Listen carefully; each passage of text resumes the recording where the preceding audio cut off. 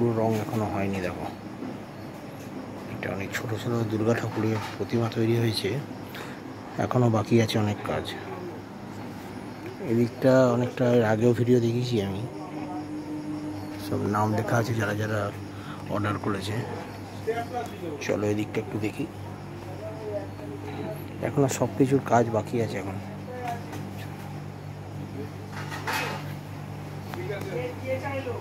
এটা খুব সুন্দর,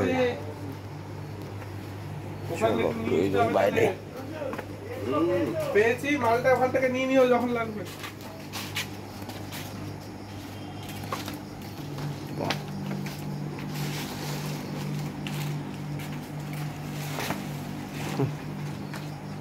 সুন্দর প্রতিমা করেছে তারা।